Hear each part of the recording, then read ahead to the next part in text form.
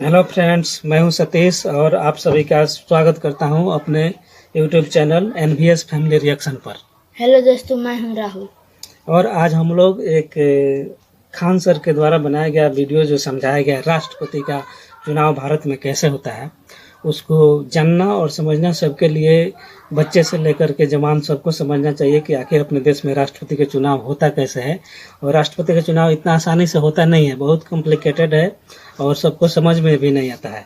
खास करके जो 10th के इंटर में बच्चे होते हैं उनको तो उस समय समझ में आता नहीं है, लेकिन एग्ज़ाम जैसे तैसे आदमी निकाल लेता है, लेकिन उस समय समझ में नहीं आता है। लेकिन इस वीडियो को समझने के बाद, देखने के बाद आप यकीन मानिए आपको बिल्कुल भी समझ में आ जाएगा और उसके बाद आपको कभी कोई कन्फ्यूजन नहीं रहने वाला है। तो आइए पहले वीडियो देखते हैं। और जय हिंद। देखिए 15वें राष्ट्रपति का चुनाव हो गया और उड़ीसा की आदिवासी समाज से आने वाली द्रौपदी मुर्मू जी हमारी 15वीं राष्ट्रपति बन गई है और इनका शपथ ग्रहण भी हो गया, सारी फॉर्मेलिटीज हो गई। हम लोग ये समझते हैं कि आखिर राष्ट्रपति का चुनाव कैसे होता है, इलेक्टोरल कॉलेज में कौन कौन वोट देता है, राष्ट्रपति उम्मीदवार बनने के लिए सबसे टफ योग्यता क्या होती है और एकल संक्रमणीय अनुपातिक पद्धति क्या होता है, इलेक्टोरल कॉलेज, ये सब के बारे में समझते हैं। देखिए हमारा देश जब बन रहा था, संविधान बन रही थी, तो भारत को रिपब्लिक न रख के ना ही गणराज्य रखा गया, दोनों कॉमन रखा गया। देखिए रिपब्लिक किसे कहते हैं, हिंदी में इसे हम लोग गणराज्य कहते हैं। गणराज्य उसे कहा जाता है जहाँ राष्ट्राध्यक्ष का चुनाव होता है। देखिए राष्ट्रपति हमारे देश के प्रमुख है, शासन के प्रमुख है। तो जहाँ कहीं पे राष्ट्राध्यक्ष संविधान है उसे हम लोग कहते हैं गणराज्य कहेंगे। तो हमारा देश जो है, हमारे राष्ट्राध्यक्ष राष्ट्रपति हैं और उनका चुनाव भी होता है, तो उस हिसाब से हम रिपब्लिक भी आ जाते हैं, गणराज्य आते हैं। लेकिन डेमोक्रेसी किसे कहते हैं, तो डेमोक्रेसी जो होता है जिसमें शासनाध्यक्ष का चुनाव होता है। शासनाध्यक्ष हमारे यहाँ प्रधानमंत्री है, तो हमारे यहाँ शासनाध्यक्ष का भी चुनाव होता है और हमारे यहाँ राष्ट्राध्यक्ष का भी चुनाव होता है। तो इस हिसाब से हम लोग हो गए डेमोक्रेटिव रिपब्लिक, मतलब हमारे यहाँ डेमोक्रेसी भी है और रिपब्लिक भी है, यानी लोकतंत्रात्मक गणराज्य है। गणराज्य इसलिए क्योंकि राष्ट्राध्यक्ष के रूप में बैठे राष्ट्रपति का चुनाव हो रहा है, और लोकतंत्र इसलिए क्योंकि शासनाध्यक्ष के रूप में बैठे प्रधानमंत्री का चुनाव हो रहा है। तो हम लोग लोकतंत्रात्मक गणराज्य, डेमोक्रेटिव रिपब्लिक है। ये हमारी प्रस्तावना में भी मिलता है। हम भारत के लोग, देखिएगा, हम भारत के लोग भारत संविधान के लोकतंत्रात्मक गणराज्य बनाने के लिए हम लोकतंत्र और गणराज्य दोनों में डेमोक्रेटिव रिपब्लिक, यानी हमारे यहाँ राष्ट्रपति का चुनाव होगा। अब ये राष्ट्रपति का चुनाव में लोकतंत्र इसका तो संसद में दोनों बार लोकतंत्र विभाग, गणराज्य विभाग और राष्ट्रपति गणराज्य। तो कहेगा संसद के सदन कितने होते हैं, तो 2 सदन, लोकसभा और राज्यसभा। लेकिन अंग कितने होते हैं, तो 3 अंग हो जाते हैं। तो उसी में एक अंग का चुनाव, सभी अंगों का चुनाव होता है। लोकसभा का चुनाव होता है, राज्यसभा का चुनाव होता है, तो राष्ट्रपति का भी चुनाव होता है। 5 सालों पर राष्ट्रपति का चुनाव होता है। राष्ट्रपति की उम्मीदवार जो कोई भी खड़ा हो सकता है, उसको कुछ शर्तों का पालन करना पड़ता है। वो भारत का नागरिक होना चाहिए, 35 साल आयु होना चाहिए, कोई इजिली पार कर सकता है, पागल नहीं होना चाहिए, दिवालिया भी नहीं होना चाहिए। दिवालिया उसे कहते हैं कि जो इतना कर्जा ले लिया है और अपने इनकम से ज्यादा कर्जा ले चुका है, चुका ही नहीं पा रहा है, जैसे विजय माल्या, नीरव मोदी, मेहुल चौकसी, ये लोग दिवालिया हो चुके हैं। ऐसे लोग राष्ट्रपति के चुनाव नहीं लड़ सकते, क्योंकि अगर ये जीत गए तो पहले अपना कर्जा उतारेंगे देश के पैसा से। तो दिवालिया लाभ के पद पर, भारत के नागरिक होने चाहिए और वो लाभ का पद, पागल नहीं होना चाहिए, वो लाभ दिवालिया नहीं होना चाहिए, लाभ का पद नहीं, सरकारी नौकरी न होनी चाहिए। उम्र कितना होनी चाहिए, सरकारी नौकरी में रहेंगे तो लाभ का पद हो जाएगा। तो लाभ के प्रस्तावक 50 होती है, वो 5 प्रस्तावक, 50 प्रस्तावक होने चाहिए और 50 अनुमोदक होने चाहिए। प्रस्तावक और अनुमोदक मतलब होना चाहिए कि जो व्यक्ति खड़ा होना चाह रहा है कि हाँ हम राष्ट्रपति के चुनाव में लड़ना चाहते हैं, जैसे इस बार यशवंत सिन्हा जी थे और द्रौपदी मुर्मू जी थे, तो उनके लिए संसद के किसी भी सदन से, चाहे वो लोकसभा हो चाहे वो राज्यसभा हो, 50 ऐसे लोगों की जरूरत है जो इनका प्रस्ताव आगे ले जाएं कि हम चाहते हैं कि यह व्यक्ति चुनाव में खड़ा हो। डायरेक्ट वो नहीं जानना चाहेगा कि हम चाहते हैं चुनाव लड़े। 50 प्रस्तावक होना चाहिए। हो सकता है कि 20 ठो प्रस्तावक लोकसभा से, 30 ठो का जुगाड़ वो राज्यसभा से कर ले, या कुछ इसमें से कुछ उसमें से करके उसे टोटल 50 प्रस्तावक चाहिए। जब 50 प्रस्तावक हो जाएंगे तो उस 50 के समर्थन में अलग से 50 अनुमोदक होना चाहिए कि हाँ यह व्यक्ति के साथ हम खड़े हैं, यह जिसे चाहता है कि नहीं ये भी व्यक्ति चुनाव लड़े, हम फेवर में हैं। तो यानी ओवरऑल आपका 100 सांसदों से अच्छा संबंध होना चाहिए, तब ना आपका 50 ठो प्रस्तावक आएगा और इसके अलावे अन्य 50 ठो अनुमोदक होंगे। वो आप कहीं से ला सकते हैं, चाहे वो लोकसभा से ला सकते हैं या राज्यसभा से ला सकते हैं, कोई जरूरी नहीं है कि 50 यहीं से। हो सकता है आपका 50 लोकसभा से प्रस्तावक हो जाए, 50 राज्यसभा से अनुमोदक हो जाए। यानी नाम का प्रस्ताव दे 50 और उस नाम में सहमति यानी अनुमोदन दे 50। ये इतना टफ हो जाता है कि यहीं पर एक कॉमन आदमी चुनाव नहीं लड़ पाता है, क्योंकि 100 सांसद आपके नाम का प्रस्ताव देंगे, इसका मतलब आप बहुत बड़े पॉलिटिशियन होने चाहिए। और दोनों लोग बहुत बड़े पॉलिटिशियन हैं भी, इनका मतलब ये जमीन से एकदम जुड़ी हुई आदिवासी समाज से राज्यपाल रही थी, और ये तो अटल बिहारी वाजपेयी के समय पर तो मंत्री भी रहते हैं यशवंत सिन्हा जी। तो दोनों लोग का नो डाउट बैकग्राउंड तो पॉलिटिकल ही रहा है। अब इनको वोट कौन कौन देगा यहाँ ये डिसाइड करते हैं इलेक्टोरल कॉलेज। हम लोग राष्ट्रपति के चुनाव में वोट नहीं डाल सकते, क्योंकि राष्ट्रपति का चुनाव इनडायरेक्ट होता है, अप्रत्यक्ष रूप से, यानी हमारे द्वारा चुने गए लोग ही राज्य विधानमंडल, राज्यों से कौन कौन वोट विधानमंडल देश में कहा। देखिए, सांसद राज्य के लिए कानून बनाने की जिम्मेदारी विधानमंडल का होता है, और विधानमंडल जो होता है हर एक राज्य में होता है विधानमंडल। हमारे यहाँ 28 राज्य जो है, अभी 28 राज्य। तो देखिए 28 राज्यों में कितना राज्य बा? तो विधानमंडल के दो भाग होते हैं, एक होता है विधानसभा, एक होता है विधान परिषद। तो दो अंग हो गए। जिस तरह से संसद के दो अंग लोकसभा राज्यसभा, उसी तरह राज्यों में हर राज्य में विधानसभा के दो अंग, एक विधानसभा एक विधान परिषद। लेकिन विधान परिषद हर एक राज्य में नहीं है। पहले 7 राज्य में था, जम्मू कश्मीर तो टूट गया तो वहां का हटाई दी गया। टोटल 6 विधान परिषद सब राज्य में विधान परिषद है। बिहार 7 गो में रहते, वो जम्मू कश्मीर हट गए तो 6 गो बचा। बाकी राज्यों में केवल और केवल विधानसभा होती है। तो राष्ट्रपति के चुनाव में कहा गया है कि विधान परिषद भाग नहीं लेगी। इसलिए कहा गया है कि विधान परिषद के लोग भाग नहीं लेंगे, क्योंकि ये विधान परिषद हर एक राज्य में विधान परिषद भाग लेगा। विधान परिषद हर एक राज्य में बना दिया जाएगा, जैसे बंगाल में बना दिया जाएगा, पंजाब में, राजस्थान में, मतलब 2800 राज्य में जिस दिन ये बना दिया जाएगा उस दिन ये इसको भी चुनाव में लड़ने का, राष्ट्रपति के चुनाव में वोट डालने का अधिकार दे दिया जाएगा। अब कौन डालता है विधानसभा में, विधानमंडल में? तो विधानमंडल में केवल विधानसभा के सदस्य वोट डालते हैं, विधानसभा के। अब हर 2800 राज्यों में कौन भाग लिया सन? खाली जैसे विधानसभा के सदस्य है, यूपी में 403 है। तो अलग अलग राज्यों में विधानसभा की जो सीटें हैं वो अलग अलग हैं। तो यहाँ पर राष्ट्रपति के चुनाव में वोट का वैल्यू नहीं, वोट नहीं बल्कि वोट का वैल्यू कितना है ये मायने रखता है। जैसे एक विधायक ने वोट 1 दिया तो वो 1 काउंट नहीं होगा, उसकी वैल्यू निकाली जाएगी, और ये वैल्यू कई हजार में भी जा सकते हैं। जैसे आपको पता है 2800 राज्यों की विधानसभा चुनाव में वोट डालेगी, तो जो एमएलए होते हैं विधानसभा में बैठने वाले को एमएलए कहते हैं, विधायक एमएलसी कहते हैं। तो एक एमएलए के वोट की वैल्यू होती है, वो उस राज्य की जनसंख्या में भाग दे दिया जाता है। उस राज्य में टोटल कितनी एमएलए की संख्या, जैसे बिहार की बात करेंगे तो 12 करोड़ जनसंख्या हो गई। अब बिहार में 243 विधायक यानी एमएलए हो गए। इनसे भाग देने के बाद फिर 1/1000 से कर देते हैं, तो वैल्यू निकलती है। इस फॉर्मूला को अगर आप ध्यान से देखेंगे तो आपको समझ में आएगा कि जिस राज्य की जनसंख्या ज्यादा है उस राज्य के एमएलए की वोट की वैल्यू ज्यादा रहेगी। जैसे उत्तर प्रदेश में यूपी की जनसंख्या सबसे ज्यादा 22 करोड़ है, तो यूपी की जनसंख्या में यूपी के जो एमएलए होंगे उनके वोट का वैल्यू सबसे ज्यादा होगा। सबसे ज्यादा होता है यूपी के। अब सॉल्व करना पड़ेगा, जैसे यहाँ 22 करोड़ जनसंख्या हो गई, बटा 403 विधानसभा के हैं, तो उनको भाग देंगे, फिर 1/1000 करेंगे, तो ये वैल्यू जो निकलती है वो आती है 208। यानी अगर यूपी का कोई एक विधायक 1 वोट डालता है तो वोट काउंट होगा 1, लेकिन उसकी वैल्यू हो जाएगी 208। इस तरह से टोटल यूपी में 403 सीटें हैं। एक सीट की वैल्यू 208, तो 403 सीट की वैल्यू अकेले 83,824। यानी उत्तर प्रदेश से अकेले राष्ट्रपति को 83,824 वोट मिल जाता है, क्योंकि उत्तर प्रदेश की जनसंख्या ज्यादा है। उसी तरह अगर देखेंगे सबसे कम जनसंख्या सिक्किम में, तो सिक्किम की जनसंख्या बहुत कम है, तो सिक्किम की जनसंख्या बटा वहाँ के टोटल एमएलए की संख्या से भाग देंगे तो जहाँ राज्य की जनसंख्या ज्यादा रही और राज्य से वोट कम मिली, कम की ज्यादा 7 होती है, और टोटल 32 सीट है। तो वहाँ सिक्किम पूरा स्टेट से महज 224 वोट मिल पाते हैं। तो देखिए यूपी इसलिए इलेक्शन के हिसाब से बहुत आगे है, मतलब फेमस है, उसकी वैल्यू बहुत ज्यादा है। इस हिसाब से जैसे हम यहाँ 2 यूपी का बताया, सिक्किम का बताया, हर एक राज्य का जब निकालेंगे तो 2800 राज्य के टोटल जो विधायक हैं 2800 राज्य में उसको सबसे ज्यादा वोट कौन राज्य से? 33 उत्तर टोटल प्रदेश। एमएलए आएंगे 4033, अब जैसे मैं- 243, यूपी में 400, ऐसे टोटल मिलाएंगे 2800 राज्य की, तो टोटल एमएलए आते हैं 4033 और हर एमएलए की वोट अलग अलग होती है, जनसंख्या पे डिपेंड करती है।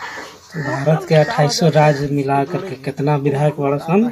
4033 यानी हर 4033 28 राज्य का अगर एमएलए वोट दिया राष्ट्रपति को तो टोटल वोट गया कितना? 4033। लेकिन उन वोटों की जो वैल्यू होती है वो हो जाती है 5,43,231। ये हो गया एमएलए का वोट। अब बात करते हैं जो केंद्र में सांसद बैठे हैं सर, एमपी बैठे हैं, उनके वोट की वैल्यू देखते हैं। तो उनका वोट का वैल्यू निकालने से पहले आपको ये पता होना चाहिए, तभी निकल सकता है, इसलिए पहले हम इसको बताएं। एमपी के वोट कैसे निकालते हैं? देश के लिए जो कानून बनाता है वो होता है संसद। तो संसद में लोकसभा और राज्यसभा में निर्वाचित सदस्य ही वोट डालते हैं। संसद में क्या कहला? निर्वाचित सदस्य देखिए कौन-कौन सभा? 545 जो होते हैं वो ही निर्वाचित लोकसभा और लोकसभा में राज्यसभा। टोटल निर्वाचित नहीं लोकसभा होते हैं। और तो राज्यसभा एंग्लो इंडियन वोट नहीं डाल सकते हैं। एंग्लो इंडियन उन्हें बोला जाता है कि जब यहाँ पे अंग्रेज रहते थे, यानी यूरोप वाले जब हमारे यहाँ शासन करते थे तो कुछ संसद में सांसद लोग जाला, सांसद के चुनाव होला, डचों का था, प्रधानमंत्री के चुनाव डेनमार्क होला, वालों का था, स्वीडन वालों का था। ओकरे को जाला तो वो लोग क्या करते थे, सांसद यहाँ के की चुनाव, महिलाओं से शादी भी कर लेते थे। प्रधानमंत्री और के यहाँ से जो उनके बाल बच्चे होते थे वो एंग्लो इंडियन कहलाते थे, यानी अंग्रेज पिता और मतलब भारतीय माँ, तो एंग्लो इंडियन कहलाते थे। जब भारत गुलाम था तो हजारों की संख्या में यहाँ अंग्रेज रहते थे, तो उनकी यहाँ फैमिली भी होती थी। एंग्लो इंडियन समझ में जब आता? देश आजाद हुआ तो देश एंग्लो इंडियन माने पहले अंग्रेज रहलो सन, एंग्लो इंडियन के लिए अंग्रेज दूसरा देश कर लो सन, इंग्लैंड के, अपने कोटा से तो यही जाके लड़की से शादी कर लो सन। राष्ट्र दो तो एंग्लो कौन से जो इंडियन लड़का का होकर चुनाव ना, नहीं होता है, तो बल्कि वही लड़के राष्ट्रपति के कौन है select कर एंग्लो लेते हैं। इंडियन। इसलिए कहा जाता है कि जब समझ राष्ट्रपति आई? सेलेक्ट किया है तो ये राष्ट्रपति का ही फेवर करेगा, इसलिए इसमें एंग्लो वोट इंडियन। मत डाल देते। तो लोकसभा से 2 एंग्लो इंडियन वोट नहीं डालते हैं। लोकसभा में टोटल 543 ही लोग वोट डालते हैं और राज्यसभा में 233, 250 का 250 वोट नहीं डालता है, 233 ही राष्ट्रपति के चुनाव में वोट डालते हैं। 12 सदस्यों का राष्ट्रपति चुनते हैं, जैसे खेल से किसी को चुन लिए, फिल्म से चुन लिए, कला से चुन लिए, संस्कृति से चुन लिए। तो राष्ट्रपति अगर किसी को चुना है और उस व्यक्ति को वोट डालना रहे तो उसी राष्ट्रपति का फेवर करेगा, उसी से पूछ लेगा किसको वोट डाले। जनता ने तो उसे चुना नहीं है, तो लोग यहाँ का दिया गया, जनता ने जिसे वोट दिया वही चुनेगा। तो संसद के 2 सदन, राज्यसभा में राष्ट्रपति और 12 गो के राज्यसभा। बनावलन, लोकसभा से टोटल सांसद, 543 लोग वोट और डालेंगे लोकसभा में और 2 गो राज्यसभा के से बनावलन, तो वैसे दोनों के हटा देवल गइल बा। जे ओकनी को जे वोट देवे के न, तो उनका के जे चुनले बा राष्ट्रपति उनके फिर से चुन दिए सन, विधानसभा को मिलाएंगे तो 4000 वैसे ओकनी के हटा दिया, वो वोट ना दिलो। 4033 होता है। तो यानी इतने लोग वोट डालेंगे, इनकी वैल्यू निकाला जाए। तो देखिए ध्यान से इसको समझिएगा, एक एमपी के वोट की जो वैल्यू होती है, एमपी के वोट की एक value एमपी जो के होती है, वोट के वैल्यू ये कितना टोटल होता है एमएलए की वैल्यू, टोटल एमएलए की वैल्यू कितनी आई है? 5,43,231। तो टोटल एमएलए की वैल्यू बटा टोटल एमपी कितने हुए? 776, यानी लोकसभा राज्यसभा मिला के कितने लोग वोट देवला? 776 गो सांसद, एगो सांसद के वोट के वैल्यू निकलेला था तो एक एमएलए की वोट 700 आती है, तो 776 गो वालो तो ओकर कितना निकल जाए? इसको जब भाग देते हैं तो गुना कर अब दिए। देखिए एक एमपी की वोट 700 और टोटल राज्यसभा लोकसभा मिला के टोटल एमपी कितने वोट डालने जा रहे हैं? 776। तो 700 गुणे 776 करेंगे तो ये भी आता है 5,43,200।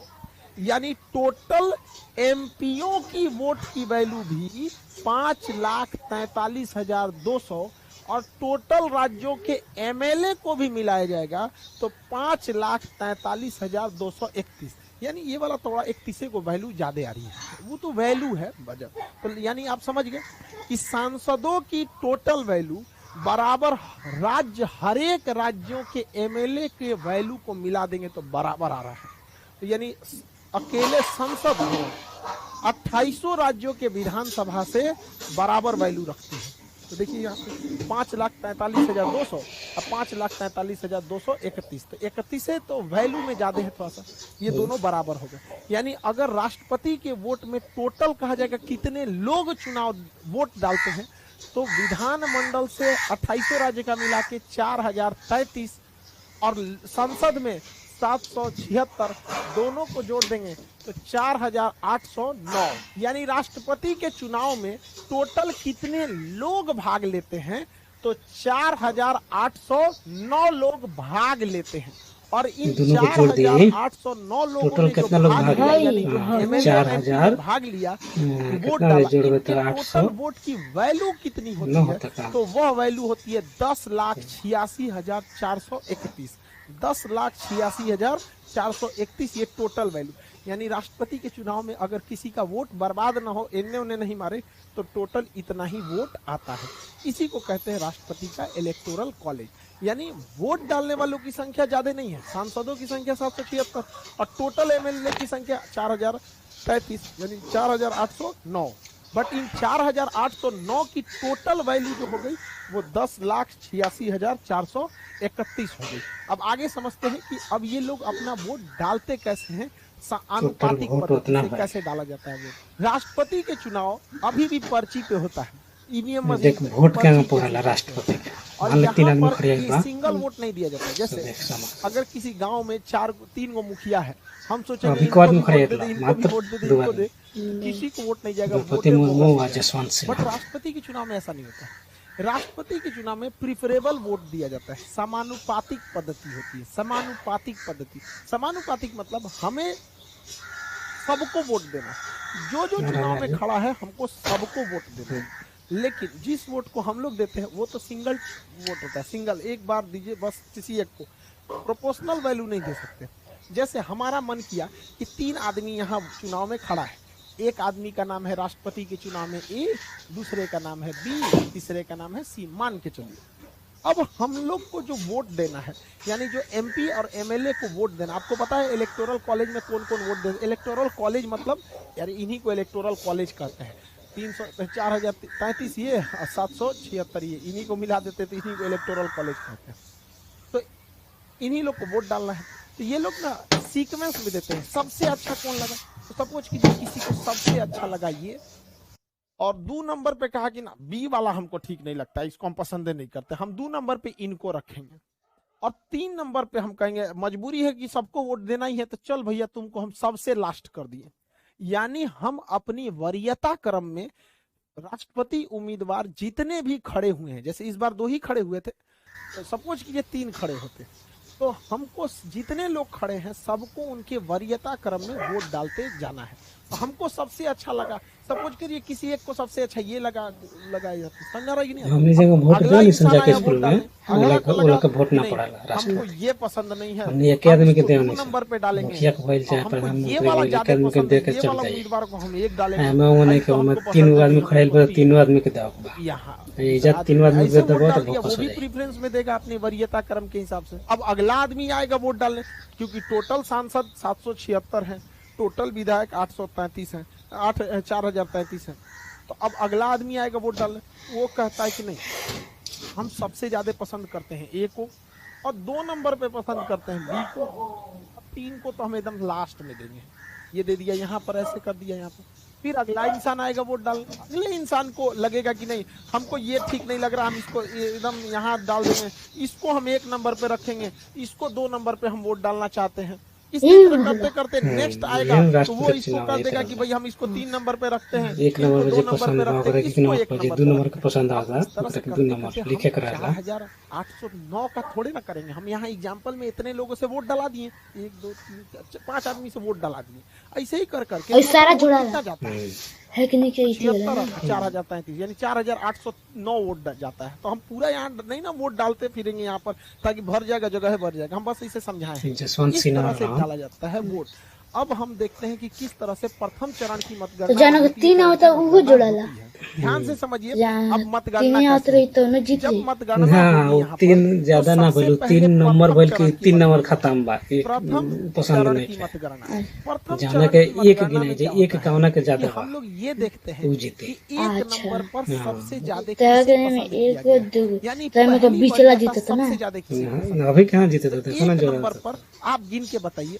हम तो यहाँ बस एक एग्जाम्पल के तौर पे 5 वोट लिए, वैसे तो सबने वोट डाला रहता है। 2 बेर 3 बेर 4 बेर काउंट हो कितने गया लोगों ने सेलेक्ट किया, ध्यान से देखिए।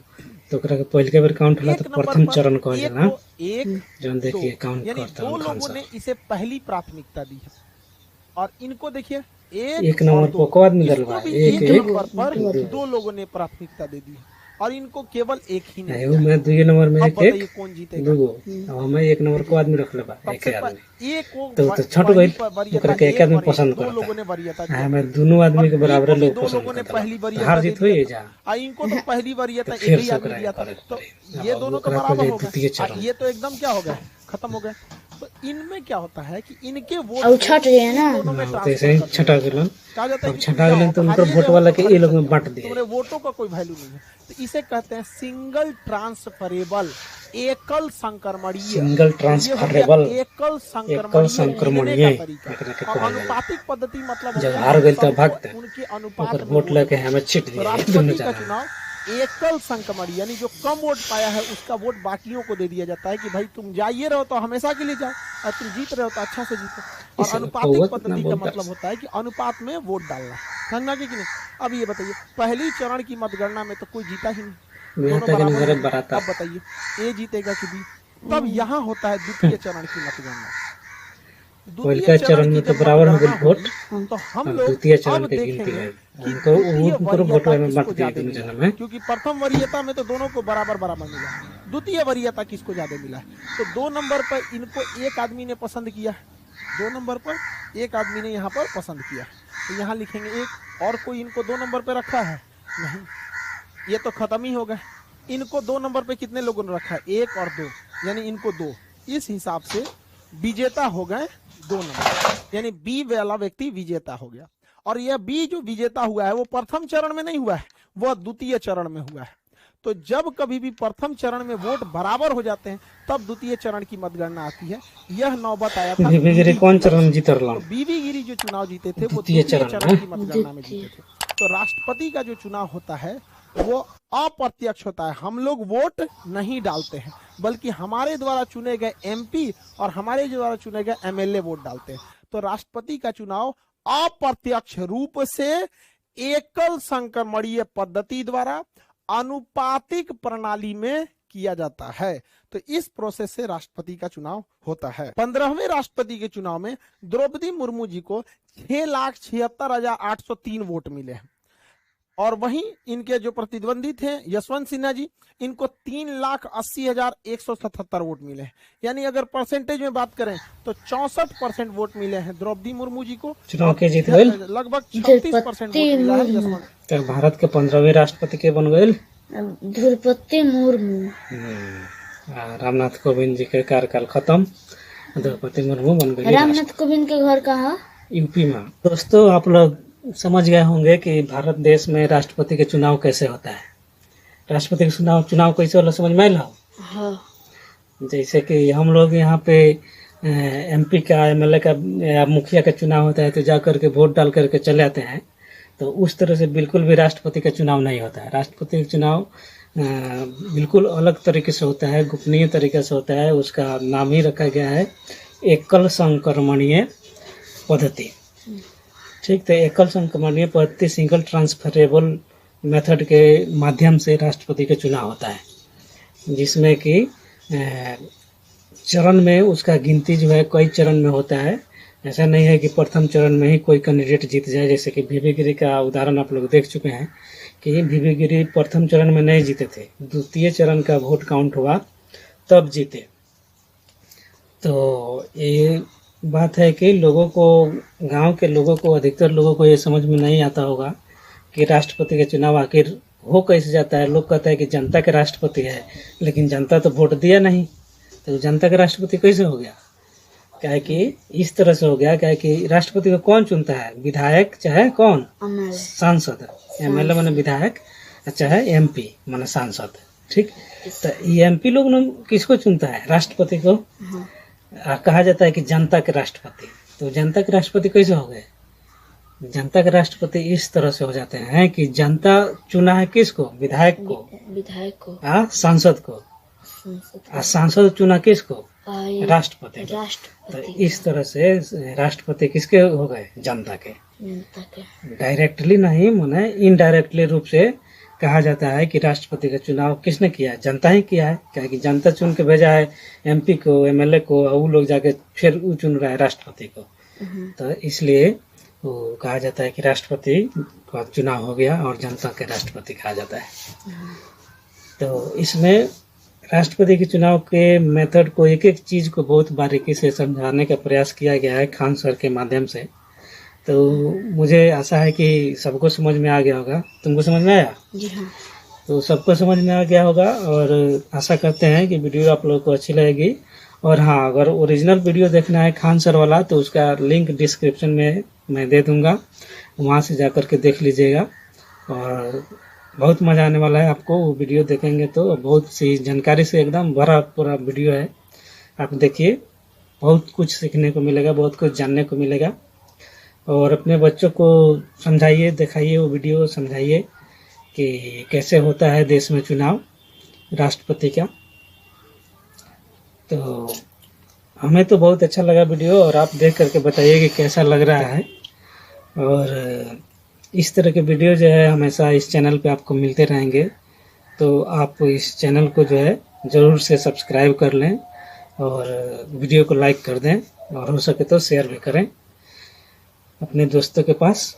तो वीडियो देखने के लिए थैंक यू। जय हिंद। जय।